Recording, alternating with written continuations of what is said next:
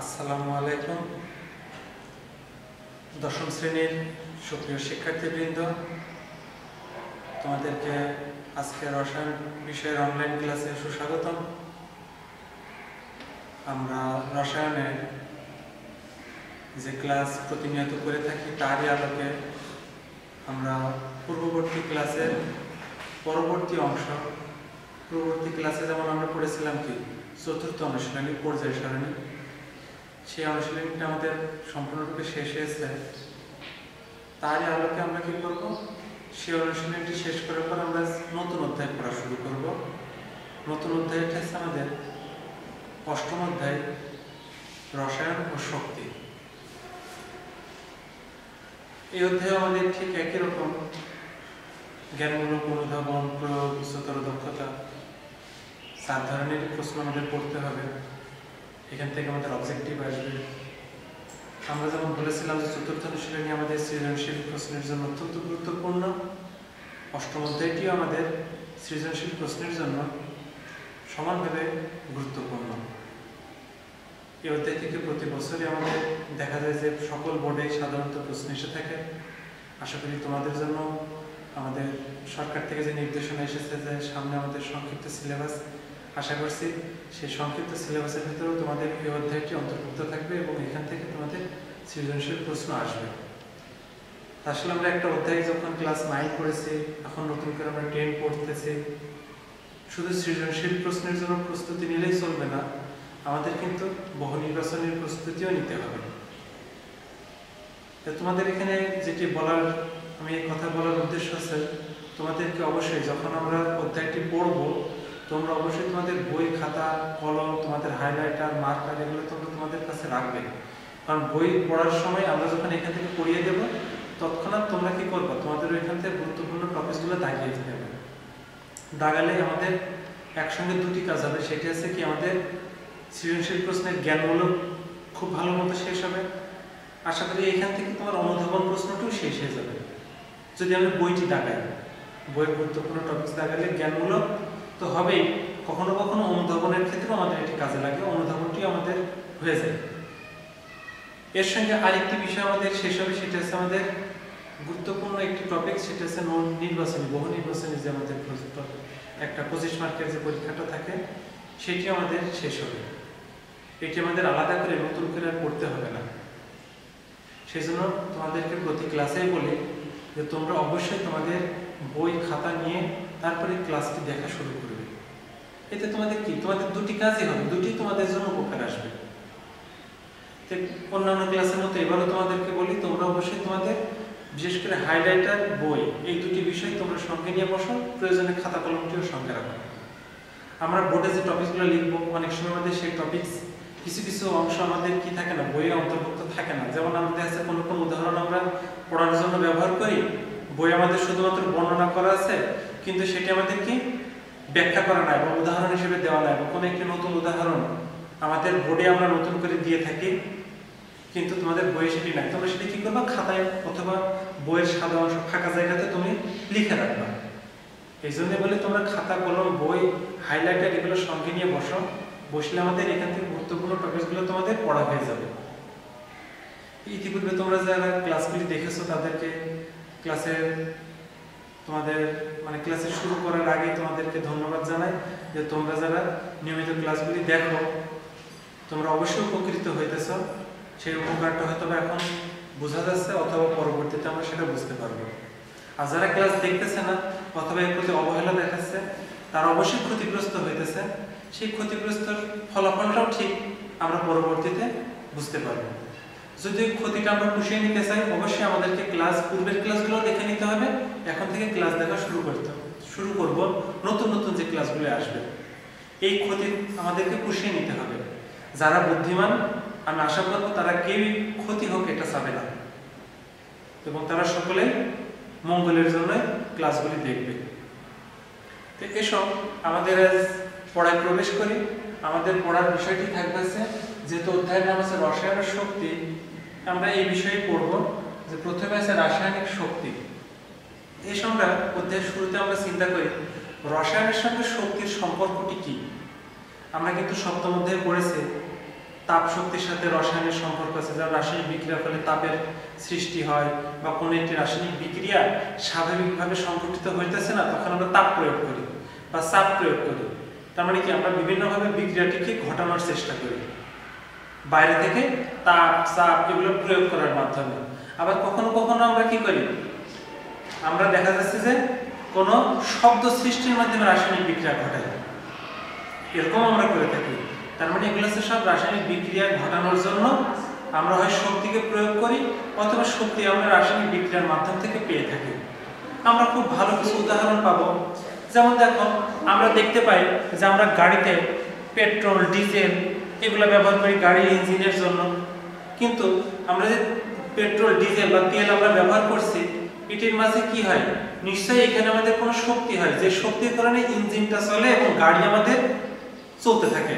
তাই গাড়িটা যে চলতেছে, গাড়ি চালানোর জন্য যে শক্তিটা দরকার সেটি তো আমাদের তেল পেট্রোল ডিজেল এগুলো থেকেই তো আসছে।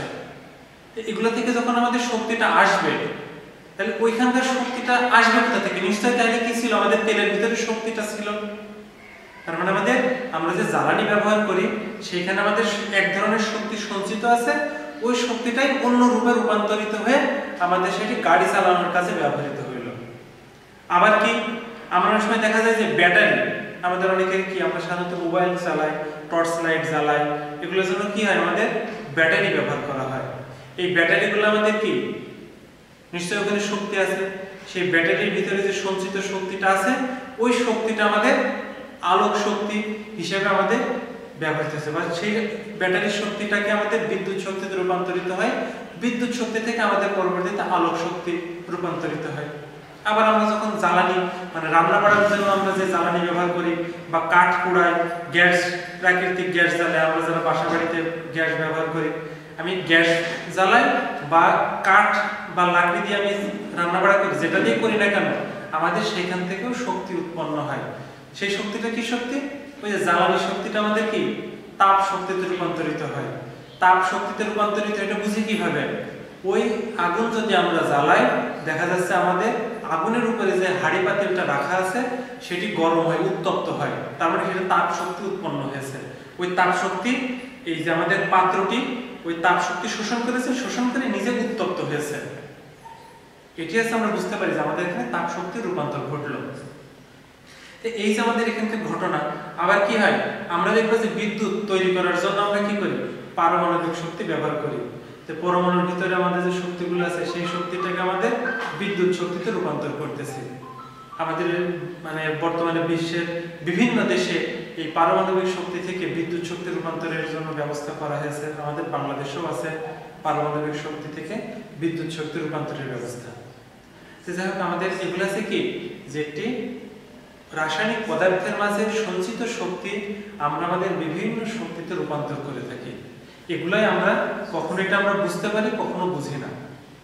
আশা করবো তোমাদের এই অধ্যায়ে আলোচনা করলে তোমরা এগুলো সবই তোমাদের আশপাশে যে মানে এই ঘটনাগুলো যা যা ঘটবে তোমরা সবকিছু এখান থেকে অনুধাবন করতে পারবে, বুঝতে পারবে।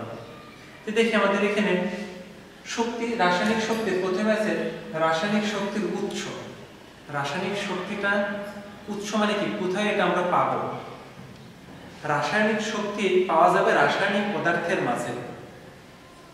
আমরা মূলত দুই ধরনের রাসায়নিক পদার্থ দেখতে পাই, অণু এবং পরমাণু। অণু পরমাণু, তাহলে কি হলো আমাদের, যদি আমি চিন্তা করি পরমাণু, তাহলে পরমাণুর মাঝে কি আছে, মনে করো আছে সোডিয়াম একটা পরমাণু, ক্লোরিন একটা পরমাণু। দুটি পরমাণুর মাঝে যে শক্তি মানে দুটি, যেমন একটা খাবার লবণ, আমরা কিন্তু খাবার লবণের সংকেত জানি কি, সোডিয়াম ক্লোরাইড। এখানে কি ঘটে, আমরা পঞ্চম অধ্যায়ে পড়েছি সোডিয়াম আয়ন এবং ক্লোরাইড আয়ন পরস্পরের সঙ্গে বন্ধন আবদ্ধ হয়। ওই বন্ধনে যে আবদ্ধ হলো তার মানে এখানে তাদের পরস্পরের মাঝে একটি বন্ধন আছে। এই সোডিয়াম এবং ক্লোরিনের মাঝে একটি বন্ধন আছে। দুটি যেহেতু আমাদের মৌলিক পদার্থ, সোডিয়াম মৌলিক পদার্থ, ক্লোরিন মৌলিক পদার্থ, সোডিয়াম একটা পরমাণু, ক্লোরিন একটি পরমাণু, তাহলে একটা পরমাণুর সঙ্গে আরেকটা পরমাণু একটি বন্ধন দ্বারা আবদ্ধ থাকে। এই বন্ধনটাকে বলছি আমরা রাসায়নিক বন্ধন বা বন্ধন শক্তি। এই যে পরস্পরের মাঝে যে একটা বন্ধন দিয়ে আবদ্ধ আছে, একটা শক্তি দিয়ে আবদ্ধ আছে, যদি আমি ওই বন্ধনটাকে ভাঙতে চাই, যদি আমি সোডিয়ামের সাথে ক্লোরিনের যে একটা বন্ধন আমি যদি এদের মাঝে সম্পর্কটাকে নষ্ট করতে চাই তাহলে দুটিকে আলাদা করতে হবে। তার মানে কি আমাদেরকে এই বন্ধনটাকে ভাঙতে হবে। যদি বন্ধনটা ভাঙতে চাই তাহলে আমাদের কি করতে হবে, সেখানে একটা শক্তি প্রয়োগ করতে হবে। শক্তি প্রয়োগ করলে বন্ধনটা ভেঙে যাবে। ঠিক আছে, তাহলে কি হলো, এদের মাঝে এক ধরনের শক্তি আছে। আবার ধরে নাও আমি একটি হাইড্রোজেন আর একটি হাইড্রোজেনের সাথে বন্ধন তৈরি করছে, তাহলে এখানে দেখো একটা পরমাণু আর একটা পরমাণুর সঙ্গে বন্ধন তৈরি করেছে। তো এগুলো সব আছে কি আমাদের একটি পরমাণু আরেকটি পরমাণুর সঙ্গে যখনই বন্ধন তৈরি করবে সেই দুটি পরমাণুর মাঝে যে বন্ধন ওইটিকে বলে আমরা বন্ধন শক্তি। এটি হচ্ছে আমাদের রাসায়নিক শক্তির একটি উৎস। একটা উৎসের নাম কি বন্ধন শক্তি, আর একটি উৎস আছে, সেই উৎসটির নাম আছে আমাদের কি অণুর ক্ষেত্রে। মনে করো H2O, এটি একটি পানির অণু, সে কি আছে আরেকটি পানির অণুর সাথে বন্ধন তৈরি করলো। একটা অণু আরেকটা অণুর সাথে বন্ধন তৈরি করলো। তাহলে একটা অণু আরেকটা অণুর সঙ্গে যখন বন্ধন তৈরি করবে, বন্ধন কেন তৈরি করবে, নিশ্চয়ই তাদের মাঝে একটা আকর্ষণ আছে। আকর্ষণ শক্তি না থাকলে তো বন্ধন সৃষ্টি হবে না। তাহলে কি হচ্ছে আমাদের এখানে এই যে দুটির মাঝে যে আকর্ষণ শক্তি, এটিকেই বলছি আমরা কি অভ্যন্তরীণ শক্তি। তাহলে আমাদের আমরা কি পেলাম, রাসায়নিক শক্তির দুটি উৎসের নাম পেলাম, একটা হচ্ছে বন্ধন শক্তি আর একটা হচ্ছে আমাদের অভ্যন্তরীণ শক্তি। এই অভ্যন্তরীণ শক্তি আমাদের মনে রাখতে হবে বৈশিষ্ট্য, অভ্যন্তরীণ শক্তি একটি অণুর সাথে আরেকটি অণুর যে শক্তি ওটা হচ্ছে অভ্যন্তরীণ শক্তি বা আন্তঃআণবিক শক্তি। ঠিক আছে, মানে আমাদের কি আসলে অভ্যন্তরীণ শক্তি বলতে কি আমরা বলছি যে এটা হচ্ছে আমাদের একটি আন্তঃআণবিক শক্তি। তাহলে আমাদের আসলে দুইটা নাম, একটা হচ্ছে বন্ধন শক্তি আর একটা হচ্ছে আন্তঃআণবিক শক্তি। আন্তঃআণবিক শক্তি অণুর ক্ষেত্রে একটি অণুর সাথে আরেকটি অণু, আর এখানে আছে পরমাণু, একটি পরমাণুর সাথে আরেকটি পরমাণু। তাহলে আমাদের উৎসটা পেয়ে গেলাম। এখন বলছে আমাদের আন্তঃআণবিক শক্তি, মানে আমরা এখন পড়বো তাহলে বন্ধন শক্তি। এই বন্ধন শক্তি সম্পর্কে যেমন আমরা বলে দিলাম, তাহলে এই সম্পর্কে আমরা আরেকটু পড়ি। বন্ধন শক্তি এর বৈশিষ্ট্য কি বললাম, অবশ্যই একটি পরমাণুর সঙ্গে আরেকটা পরমাণুর বন্ধন থাকতে হবে। যেমন কি হাইড্রোজেনের সঙ্গে হাইড্রোজেন, অথবা হাইড্রোজেনের সঙ্গে ক্লোরিন, সোডিয়ামের সঙ্গে ক্লোরিন, বা তোমার পানির ভিতরে কি আছে, পানির ভিতরে কি আছে হাইড্রোজেনের সঙ্গে অক্সিজেন, এরকম আছে। তাহলে এগুলো আমাদের কি শক্তি, বন্ধন শক্তি। কিন্তু একটি পানির অণু আর একটা পানির অণুর সঙ্গে যখন থাকবে তখন কিন্তু এটা বন্ধন শক্তি নয়। তাহলে আমাদের কি, আমাদের যদি একাধিক পরমাণু এরকম ভাবে যুক্ত থাকে সেখানে একটি বন্ধন শক্তি কাজ করে। আবার কি হতে পারে, আমাদের আয়নিক যৌগের ক্ষেত্রে একটা আয়ন আর একটা আয়নের সঙ্গে বন্ধন তৈরি করবে। যেমন কি সোডিয়াম আয়ন ক্লোরিন আয়নের সঙ্গে বন্ধন তৈরি করতে পারে, ম্যাগনেসিয়াম আয়ন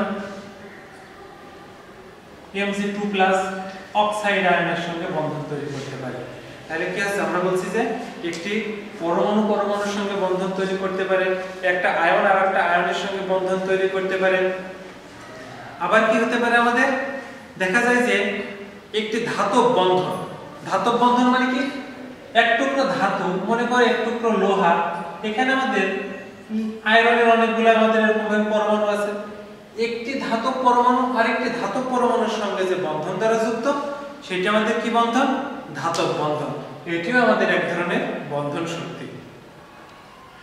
আশা করি তোমরা বুঝতে পেরেছো। তাহলে বন্ধন শক্তিগুলো আমাদের এরকম বৈশিষ্ট্যগুলো মনে রাখতে হবে। তাহলে কি আমাদের একটি পেলাম বন্ধন শক্তির ব্যাখ্যা। যদি তোমাদের অনুধাবনমূলক প্রশ্ন আসে যে বন্ধন শক্তি বলতে কি বলছে ব্যাখ্যা করো, সেখানে কিন্তু আমাদের কি করব, আমরা অবশ্যই আয়নের মাঝের বন্ধন শক্তি বলবো, পরমাণুদের মাঝের বন্ধন শক্তি বলবো, এবং ধাতব বন্ধনের মাঝে যে একটা ধাতু পরমাণু আরেকটা ধাতুর সাথে যে বন্ধন শক্তি সেটিকেও ব্যাখ্যা করবো। মানে সকল ধরনের বন্ধন শক্তির কথা উল্লেখ করবো যদি এটা অনুধাবনমূলক প্রশ্ন এসে থাকে। আমাদের আরেকটা আসতে পারে কি আন্তঃআণবিক শক্তি। এই যে বললাম রাসায়নিক শক্তির দুটি উৎস, বন্ধন শক্তি, আন্তঃআণবিক শক্তি। এই আন্তঃআণবিক শক্তিটা কি, এই আন্তঃআণবিক শক্তিটা আছে সমযোজী যৌগে একটি অণু আরেকটি অণুর সঙ্গে যে বন্ধন দ্বারা যুক্ত সেটি হচ্ছে আমাদের আন্তঃআণবিক শক্তি। যেটিকে আমরা বলছি কি, এই যে পানির কথা বললাম, একটি অণু আরেকটি অণুর সঙ্গে যে বন্ধন দ্বারা যুক্ত, এটা হচ্ছে আমাদের আন্তঃআণবিক শক্তি। আন্ত মানে কি বাইরে, আণবিক মানে অণুর ক্ষেত্রে একটা অণুর, এই যেটা কি পানির অণু, এই অণুর বাইরে আর একটা অণু যে আছে তার সঙ্গে যে বন্ধন, এটিকে বলছে আন্ত আণবিক, অণুর বাইরের ঘটনা, আন্ত আণবিক শক্তি। এই আন্ত আণবিক শক্তি কোথায় থাকবে? আমাদের সমযোজী যৌগে একটি অণুর সাথে অপর একটি অণু যে বন্ধন শক্তির মাধ্যমে যুক্ত থাকবে সেগুলোকেই বলছে আমরা আন্ত আণবিক শক্তি। যেমন পানির কথা বলতে পারি, HCl হাইড্রোক্লোরিক অ্যাসিড, একটি হাইড্রোক্লোরিক অ্যাসিড আর একটা হাইড্রোক্লোরিক অ্যাসিড অণুর সাথে, একটা অণু আর একটা অণুর সাথে বন্ধনে যুক্ত আবদ্ধ থাকতে পারে। এই যেহেতু এটা সমযোজী বন্ধনের একটা অণু আর একটা অণুর সাথে বন্ধন দ্বারা আবদ্ধ, এটিকে আমরা বলবো আন্ত আণবিক শক্তি। তাহলে এই যাতে আমাদের আন্ত আণবিক শক্তি আসতে পারে। এখন কথা হচ্ছে আমাদের আয়নিক যৌগে এবং সমযোজী যৌগে কি ধরনের পার্থক্যটা ঘটে। আমরা পঞ্চম অধ্যায়ে পড়েছি, তারপরে আমাদের এই অধ্যায়ে আলোচনায় আছে, বিধায় আমরা একটু বলি। সমযোজী যৌগে আমাদের কি হবে? সমযোজী যৌগের ক্ষেত্রে যে একটা পরমাণু আর একটা পরমাণুর সঙ্গে যেহেতু ইলেকট্রন শেয়ার করে, আর আয়নিক যৌগগুলোতে কি ঘটে? একটা আয়ন আর একটা আয়নের সঙ্গে বন্ধনে আবদ্ধ থাকে, এখানে ইলেকট্রন সম্পূর্ণরূপে আদান প্রদান ঘটে। সেই ক্ষেত্রে দেখা যায় যে এই আন্ত আণবিক শক্তির ক্ষেত্রে, মানে যে আমাদের আয়নিক যৌগে যে আমাদের শক্তিটা আছে, একটা আয়নের সাথে আরেকটা আয়নের শক্তি, সেই শক্তির মানটা বেশি হয়। এই কারণে আয়নিক যৌগগুলো আমাদের গলনাঙ্ক এবং স্ফুটনাঙ্ক বেশি প্রদর্শন করে। আর কি হবে? সমযোজী যৌগগুলোর বন্ধন শক্তি, মানে এই সমযোজী যৌগের আমাদের একটি অণুর সাথে, যেমন একটি অণুর সাথে আরেকটি অণুর যে আমাদের শক্তিটা আছে, যেমন এক টুকরা বরফকে যদি আমি গলাতে চাই, তাহলে কি হবে? একটি অণুর সাথে আরেকটি অণুর যে বন্ধনটা আছে ওটাকে ভাঙতে হবে। তাহলে আমাদের বলছে কি, এখানে আমাদের কি হবে? এইখানকার শক্তিগুলো তুলনামূলকভাবে আয়নিক যৌগের চেয়ে কম। এই ক্ষেত্রে আমরা কি হবে? তাহলে বোঝা যাচ্ছে যে আমাদের এইখানে এই সমযোজী যৌগের মাঝে শক্তির মান, সমযোজী যৌগে আন্ত আণবিক শক্তির মানটা হবে আমাদের কম। এরপর আবার একটু ব্যাখ্যা আছে, সেটা হচ্ছে আমরা যদি দেখি যে দুটি একই জাতীয় পরমাণু পরস্পরের সঙ্গে যুক্ত হলে যে বন্ধনটা গঠিত হয়, আবার দুটি ভিন্ন পরমাণু পরস্পরের সঙ্গে যুক্ত হলে, দুটি একই জাতীয় পরমাণু মানে ধরে নিতে পারি একটা হাইড্রোজেন আর একটা হাইড্রোজেনের সঙ্গে যুক্ত হলে H2 গঠন করেছে। আবার কি একটি হাইড্রোজেন আর একটা ক্লোরিনের সাথে বন্ধন তৈরি করে HCl গঠন করলো। এখানে দেখো দুটি আমাদের সমযোজী যৌগ, এটিও সমযোজী, এটিও সমযোজী। পার্থক্য হচ্ছে এখানে আছে দুটি একই জাতীয় পরমাণু আর এখানে দুটি ভিন্ন জাতীয় পরমাণু। আমাদের পরীক্ষা করে দেখা গিয়েছে যে দুটি একই জাতীয় পরমাণুর মাঝে যে বন্ধনটা হয়, যেখানে যে শক্তিটা কাজ করে, সেই শক্তির মান আমাদের দুটি ভিন্ন পরমাণু হলে তাদের মধ্যবর্তী যে আমাদের শক্তি, এই শক্তির মানের চেয়ে কম। মানে একই জাতীয় পরমাণু হলে শক্তির মান কম, দুটি ভিন্ন জাতীয় পরমাণু হলে তাদের মাঝে যে শক্তিটা কাজ করবে সেটির পরিমাণটা বেশি। এটা আমরা প্রমাণ পাই কি? HCl এটি আছে আমাদের তরল আর এটি আমাদের গ্যাসীয়। এখান থেকে কিন্তু আমরা বুঝতে পারি যে আমাদের কি ঘটনা। যেহেতু এটা তরল আর এটা গ্যাসীয়, তার মানে বোঝাই যাচ্ছে এই যেহেতু এটা তরল, তার মানে এখানে আমাদের বন্ধন শক্তিটা একটু শক্তিশালী, আর এটি যেহেতু গ্যাসীয়, তার মানে এখানে বন্ধন শক্তিটা আমাদের একটু দুর্বল। কথা বুঝে গিয়েছে? এই যে আমাদের দেখো, তাহলে কি বললাম আমরা, দুটি একই জাতীয় পরমাণুর ক্ষেত্রে কি হবে, দুটি ভিন্ন জাতীয় পরমাণুর ক্ষেত্রে কি হবে, সেগুলো আমাদেরকে মাথায় রাখতে হবে। অধিকাংশ ক্ষেত্রে দেখা যায় যে সমযোজী যৌগগুলো হয় সাধারণত আমাদের গ্যাসীয় বা তরল। কিছু কিছু সমযোজী যৌগ আছে যারা কঠিন। আমরা একটি খুব ভালো উদাহরণ দিতে পারি, ন্যাপথলিন। তোমরা আশা করি সবাই বাসায় দেখেছো, তোমাদের মায়েদের কাছে জিজ্ঞাসা করলেই তোমরা জানতে পারবে ন্যাপথলিনটা কি, আজকে জেনে নেবে। ন্যাপথলিন দেখবা যে আমরা সাধারণত কাপড় চোপড় যেটা আলমারিতে রেখে দিই, অথবা তোমাদের আছে যে ন্যাপথলিন আমরা ব্যবহার করি যে যেখানে আমাদের পোকামাকড়ের আক্রমণ দেখা যেতে পারে, যেমন তোমার আমাদের মানুষের বেসিনে আমরা ব্যবহার করি, মানে যেখানে জীবাণুর আক্রমণ ঘটতে পারে সম্ভাব্য এই সকল জায়গাগুলো। এইসব জায়গায় দেখবে ছোট ছোট সাদা গোলাকার দানার মতো কিছু বস্তু আমাদের মায়েরা ব্যবহার করে থাকে।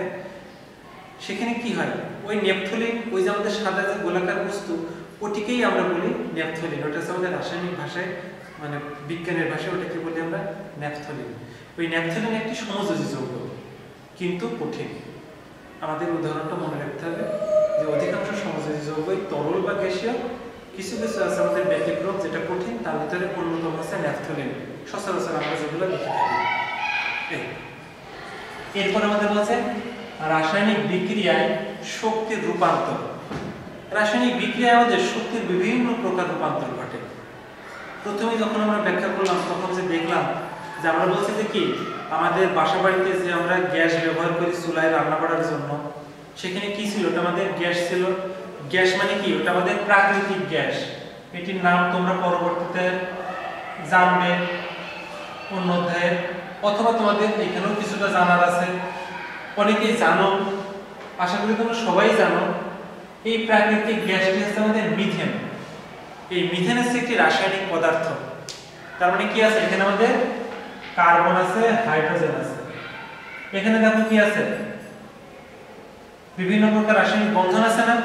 তার মানে এখানেও আমাদের রাসায়নিক শক্তিটা আছে ভিতরে সঞ্চিত।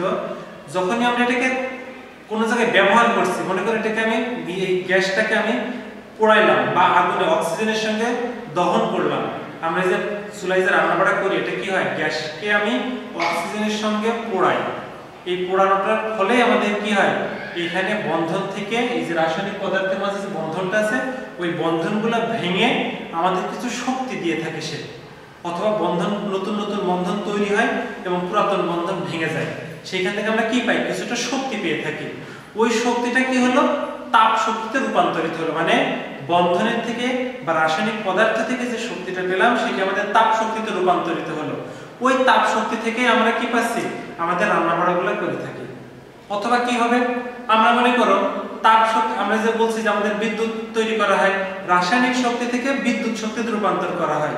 সেই বিদ্যুৎটা আমরা পাই কিভাবে, এই বিদ্যুৎ দিয়ে আমরা দেখা যাচ্ছে লাইট জ্বালাবো, তাহলে কি হবে, আমাদের সেটা আলোক শক্তিতে রূপান্তরিত হলো। তার মানে কি হলো, রাসায়নিক শক্তি তোমার প্রথমে হলো বিদ্যুৎ শক্তি, বিদ্যুৎ শক্তি থেকে হলো আলোক শক্তি।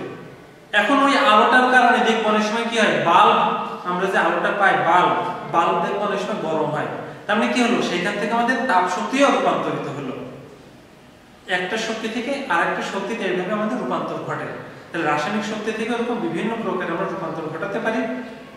আবার আমরা যে ব্যাটারিতে সঞ্চিত শক্তি, সেটি আমাদের বিভিন্ন যন্ত্র চালাতে ব্যবহার করি। তার মানে কি হলো, রাসায়নিক শক্তিকে আমরা যান্ত্রিক শক্তিতে রূপান্তর করতে পারছি। এইভাবে আমাদের রূপান্তরগুলো ঘটে থাকে। এরপর আমাদের বলছে শক্তি পরিমাপের একক।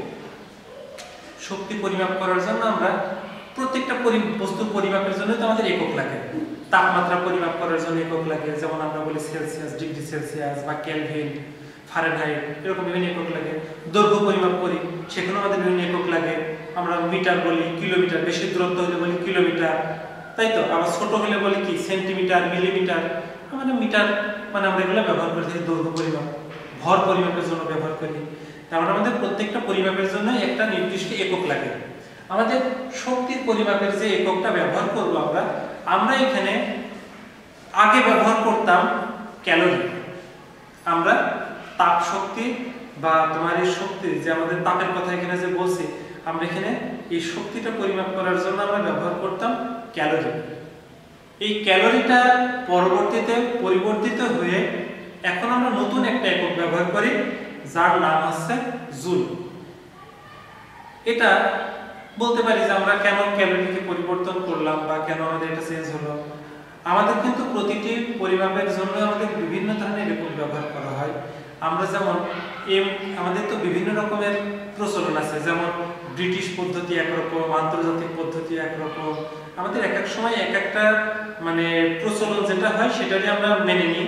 আমাদের এরকম যে আগে যেটা ছিল পরিবর্তিত হয়ে তার চেয়ে উন্নত যদি আমরা কিছু পেয়ে থাকি, সুবিধাজনক কিছু পেয়ে থাকলে সেটাকে আমরা নতুন করে আমাদের জন্য ব্যবহার করি। আমরা সেই হিসেবে বলতে পারি যে ক্যালোরি ছিল পূর্বে, বর্তমানে আমাদের একক হচ্ছে জুল।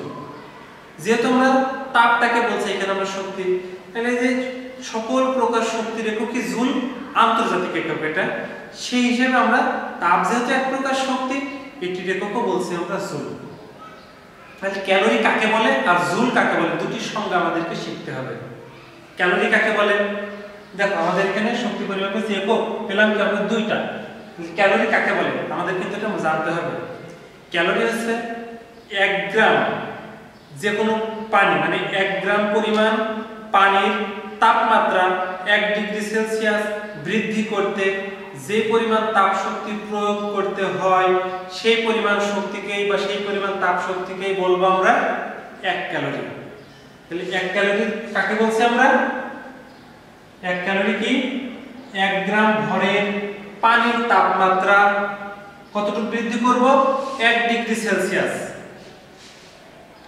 1 ডিগ্রি সেলসিয়াস বৃদ্ধি করার জন্য যে পরিমাণ আমাদেরকে তাপ দিতে হবে, পাত্রে নিয়ে আমি তাপ দেব, যে পরিমাণ তাপ শক্তি প্রয়োগ করতে হবে সেই পরিমাণ শক্তিকেই বলছি আমরা 1 ক্যালোরি। এই শক্তি আমরা তাপ শক্তি যেহেতু কিউ দ্বারা প্রকাশ করি সেটা লিখলাম, এই পরিমাণ শক্তিকেই বলবো আমরা 1 ক্যালোরি। ক্যালোরিকে আমরা সংক্ষেপে CAL দ্বারা প্রকাশ করি। 1000 ক্যালোরিতে হয় 1 কিলো ক্যালোরি। কিলো ক্যালোরিকে আমরা সংক্ষেপে কি প্রকাশ করি, কে ক্যালোরি, মানে 1 কিলো ক্যালোরি। 1 কিলো ক্যালোরি মানে হচ্ছে 1000 ক্যালোরি। এটা পেলাম আমরা কি ক্যালোরির সংজ্ঞা। আর এরপরে বলছি আধুনিক যে আমাদের একক বর্তমান যেটা এসআই একক শক্তির সেটাকে আমরা বলছি কি এসআই একক। সেই বর্তমানে আমাদের এসআই এককটি কি জুল। এই জুল কাকে বলছি আমরা, 1 জুল কাকে বলবো সেটা আমাদের সঙ্গে মুখস্থ রাখতে হবে। যে 1 জুল কোনটা, 1 নিউটন বল প্রয়োগের ফলে, মনে করো কোন একটি বস্তু তাকে আমি 1 নিউটন বল প্রয়োগ করব।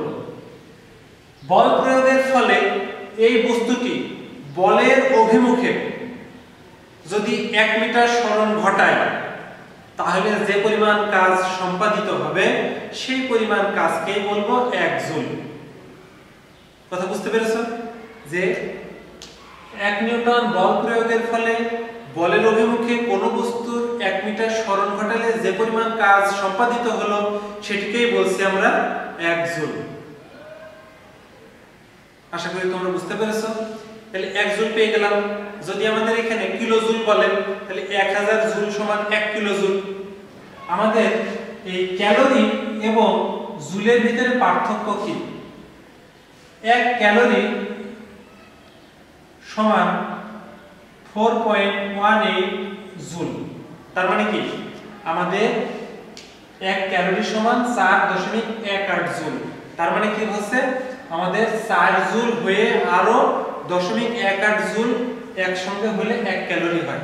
তার মানে ক্যালোরির চেয়ে জুল ছোট, কারণ 4টা জুল তার সঙ্গে আরো একটু জুল যুক্ত করলে হবে 1 ক্যালোরি। তার মানে যেহেতু এটা আমাদের বড় আর এটা আমাদের ক্ষুদ্র একক, এই ক্ষুদ্র একক দিয়ে আমরা যদি পরিমাপ করি তাহলে আমাদের পরিমাপটা তুলনামূলকভাবে নিখুঁত হয়।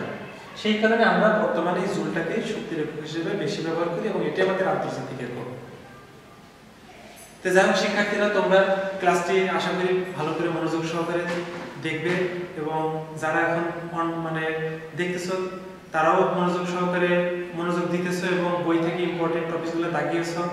এই আশাবাদ আমি করতেই পারি, কারণ তোমাদেরকে ইতিপূর্বে যতবার ক্লাস নিয়েছি, যতগুলো ক্লাস নেওয়া হয়েছে, প্রতিটা ক্লাসে তোমাদের যতটুকু পড়ানো হয় তার ভিতরে যে ইম্পর্টেন্ট টপিকগুলো আছে আমি বারবার বলে দিই। বলে দেওয়ার উদ্দেশ্যটি এটা যে তোমরা যেন বই থেকে একটু দাগিয়ে নিতে পারো এবং মুখস্থ করে ফেলতে পারো। ঠিক আমি আশা করবো তোমরা ইম্পর্টেন্ট টপিকগুলো ভালোভাবে দাগিয়ে নিয়েছো। যাই হোক আজকের ক্লাস সকলে মনোযোগ সহকারে দেখবে, আর আগামী ক্লাসে আমরা এর পরবর্তী অংশ পড়ার চেষ্টা করব। সেই ক্লাস দেখার আমন্ত্রণ জানিয়ে আজকের মতো ক্লাস এখানে আমি শেষ করছি। আসসালামু আলাইকুম।